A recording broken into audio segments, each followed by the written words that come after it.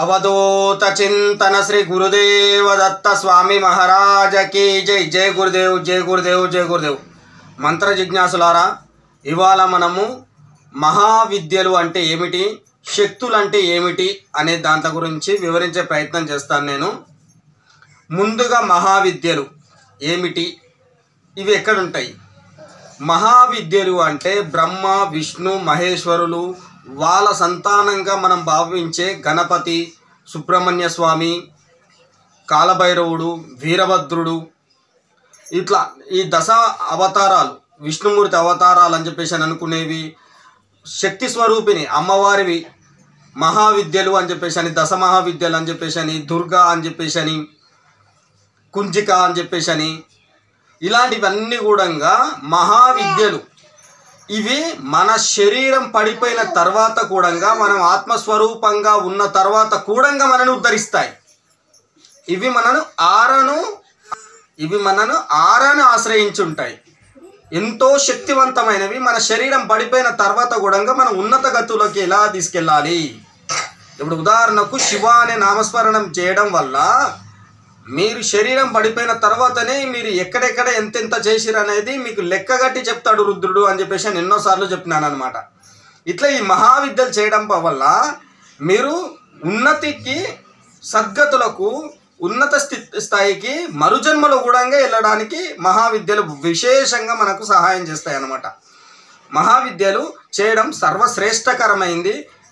మహావిద్యలు చేసిన వాడు మాత్రమే ఈ లోకంలో ఎవరైనా ఉన్నారు అని చెప్పేసి అంటే వాళ్ళు జగత్తుకు ఒక మార్గ నిర్దేశకులుగా ఉన్నవాళ్ళు. మహావిద్యలు చేసిన వాళ్ళు మాత్రమే గురువు అన్న స్థానాన్ని పొందగల సిద్ధులు. నిజమైన సాధకుల గురించి నేను మాట్లాడుతున్నాను. ఈ మహావిద్యలు ఏదైనా సరే పట్టుకొని మనం చేయాలి అని చెప్పేసి అంటే పుష్కరకాలం. దీని గురించి వివరంగా అసలు ఈ మహావిద్యకి ఎంత సమయం పడుతుంది, శక్తికి ఎంత సమయం పడుతుంది, ఎలాంటివి ఉంటాయి అనేది ఇంకొకసారి మనం మాట్లాడుకుందాం. కేవలం మహావిద్యలు అంటే ఏమిటి, శక్తులు అంటే ఏమిటి అనేది మాత్రమే ఇప్పుడు మనం మాట్లాడుకుంటున్న భాగం. ఇప్పుడు మీకు అర్థమైంది కదా. త్రిమూర్తులు కావచ్చు, శక్తి స్వరూపిణి కావచ్చు, వీళ్ళ యొక్క అంశం నుంచి వచ్చిన ఏదైనా సరే ఇది మహావిద్య. ఇక శక్తుల గురించి వస్తే ఇప్పుడు మనము గాన గంధర్వుడు అంటాం. అంటే ఎవరైనా సంగీత ప్రియులు ఎవరైనా ఉంటే గంధర్వ సాధన చేయొచ్చు. ఇది శక్తి సాధన. ఇది మన శరీరం లోపటికి ఆవహించి ఉంటుంది.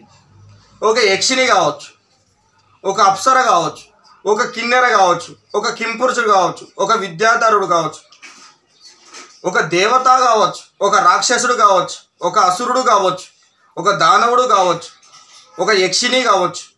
ఇట్లా దేవయోని, రాక్షసయోని అని చెప్పేసి అని ఉన్నాయి. ఇవి దేవయోనేమో 8, రాక్షసయోనేమో 6. వీటిల్లో ఏది చేసినా కానీ ఇవి శక్తులే. ఇప్పుడు ఉన్నగాడికి ఏదైనా ఒకటి నాగాస్త్రం అని ఉందన్నమాట. ఇది శరీరం అడిపోయిన తర్వాత ఉన్నత స్థానానికి వెళ్ళిపోవాలంటే దీని ఒకవేళ గురుస్థానంలో తీసుకుంటే వచ్చే జన్మకు ఒక మార్గం మాత్రం చూపిస్తుంది. కానీ ఎందుకంటే శక్తులకి కొంతవరకు స్థానాన్ని బట్టి, వాటి అర్హతను బట్టి కొంతవరకే శక్తిని నిక్షిప్తం అయ్యి ఉంటుంది అన్నమాట. అతీంద్రియ శక్తులు ఉన్నమాట వాస్తవమే. మనకన్నా 1000 కోట్ల బలం వీటికి ఉన్న వాస్తవమే. సూక్ష్మరూపకంగా ఉండి మనను ఆశ్రయించేసి మన సహాయం కోరి మన సహాయంతో పాటు అవి కూడా ఉన్నతికి వస్తాయి అన్నమాట. ఉదాహరణకు ఇప్పుడు మహావిద్య లేకుండా శక్తి విద్య చేస్తే ఏమవుతుంది అనేది ఎన్నోసార్లు చెప్పినాను నేను. వాళ్ళు అధమానికి వెళ్ళిపోతారు అనమాట. ఎందుకని చెప్పేసారంటే మీ పుణ్యఫలను అది తీసుకొని మీ స్థానం ఏదైతే ఉందో అక్కడ పెట్టేస్తుంది అనమాట. మిమ్మల్ని మీ ఆత్మను ఆకర్షించి వశం చేసుకొని తన స్థానంలో అది పెట్టేసి అది జన్మ తీసుకుంటుంది అనమాట. ఇది వివరంగా ఇంకెప్పుడన్నా వీడియో చేద్దాం మనం. శక్తులు అనేటివి మనకు పూర్తిగా శరీరం ఉన్నంత వరకు మాత్రమే సహాయం చేయగలుగుతాయి. శరీరం పడిపోయిన తర్వాత శక్తులు ఉన్నత స్థితికి తీసుకొని వెళ్ళలేవు. ఒకవేళ మనం ఉదాహరణకు ఏదో ఒక శక్తి సాధననే చేసినాం మనము, అంతకాలంలో ఏ నామస్మరణ మనకు గుర్తొస్తుందో ఆ లోకానికి వెళ్తాం. మీరు యక్షిణి మంత్రం బాగా చేసిరు, శరీరం పడిపోయింది, మీరు యక్షలోకానికి వెళ్ళిపోయో యక్షిణి స్వరూపం అవుతారు. మీరు ఏ యక్షిణి అయితే మంత్రం చేస్తున్నారో ఆ యక్షిణి స్వరూపం అయిపోతారు కదా. అర్థమవుతుంది కదా మీకు. అందుకోసం చెప్పేసి మహావిద్యను పట్టుకున్నప్పుడు అది సంప్రాప్తించుకున్న తర్వాత ఇవి చేయొచ్చు. వీటి గురించి మనం ఇంకా ఎప్పుడైనా మాట్లాడుకుందాం మిత్రులారా. ఇప్పటికైతే శక్తి మంత్రాలు ఏంది, మహామంత్రాలు ఏంది అనేది ఒక వివరణ కోసం మీకు నేను ఈ వీడియో చేశాను. నేను మీ సాధక మహేష్, తాంత్రిక పాఠశాల, నర్మదేహర్. ఓం నమ శివాయ.